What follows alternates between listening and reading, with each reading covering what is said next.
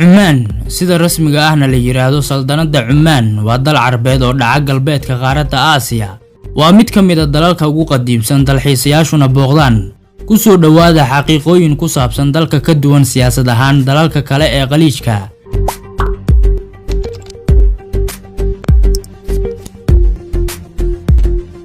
dalka Cumaan wuxuu xal leeyahay dalalka Imaaraadka, Sacuudiga iyo dalka Yemen. wuxuu si gaar ah u dhacaa koonfurta bari ee jasiirad Waakaha Carabeed. waana dalka saddexaad ee ugu dhulka weyn marka la eego dalalka dhaca jasiiradda.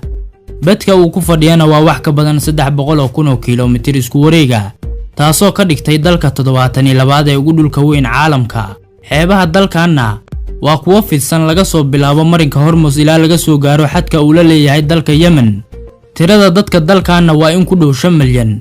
in ka badan 2 milyan ayaana ah ajnabi oo intooda badan ka soo jeedaan dalalka Pakistan, Hindiya iyo Sri Lanka. dadka Cumaan waxay ku badan yihiin gobolka Masqat oo ah caasimadda iyo gobolka Al-Badin oo dhaca waqooyiga dalka. guud ahaanna maamul ahaan dalkan wuxuu u qaybsamaa 12 gobol.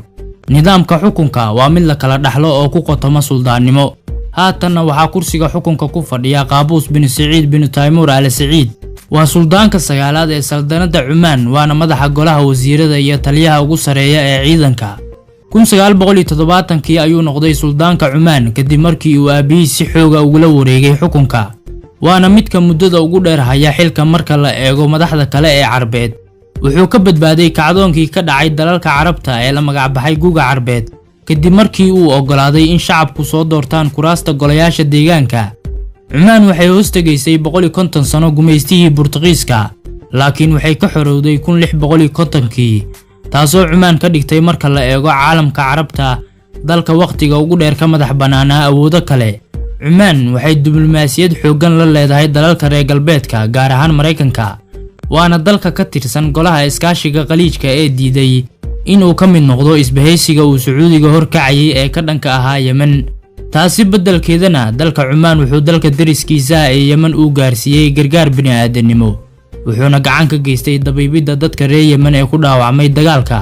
waxaa kor u kac xooggan sameynaya tirada dadka u dalxiisa dalkan. Cumaan ayaana ah dalka sagaalaad ee dalxiisayaasha ugu badan qaabila marka la eego dalalka bariga dhexe.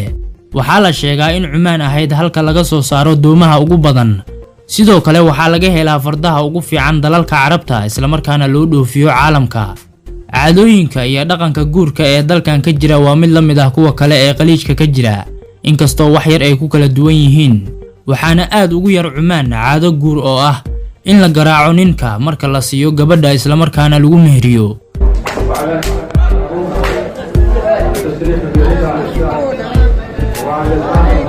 dadka dalkan waxay caan ku yihiin oo awooyaashood ay ka dhaxleen ciyaar la dhaho rasxa oo laga dheelo dhammaan gobolada Cumaan marka laga reebo mantiqada koonfureed. waxaa la ciyaaraa xilliyada ciidaha, sidoo kale waxaa laga ciyaaraa xafladaha guurka iyo xafladaha loogu talagalay martida. waxaana ka qayb galaan carruurta iyo dadka waaweyn ayagoo xiran dharka iyo hub dhaqameedka Cumaan. sidoo kale waxaa ka mid ah caadooyinkooda guurka inaysan isku milmin martida laga wacay arooska. suuqyada Cumaan waxay soo jiitaan dalxiisayaal badan, waxayna isugu jiraan kuwa caan ah iyo kuwa qadiim ah oo soo jireen ah, sida suuqa Madrax oo jira wax ka badan 200 oo sano. waxaa kaloo jiraan suuqyo la furo hal maalin oo kaliya iyo suuq la dhaho suuqa haweenka. marinka Hormuz wuxuu kala qaybiyaa dalalka Cumaan iyo Iiraan, waana marin aysan ka maarmin dalalka Kuwait, Bahrain iyo Qatar. sidoo kale waa marin ay adeegsadaan Imaaraadka, Sacuudiga, Ciraaq iyo Iiraan.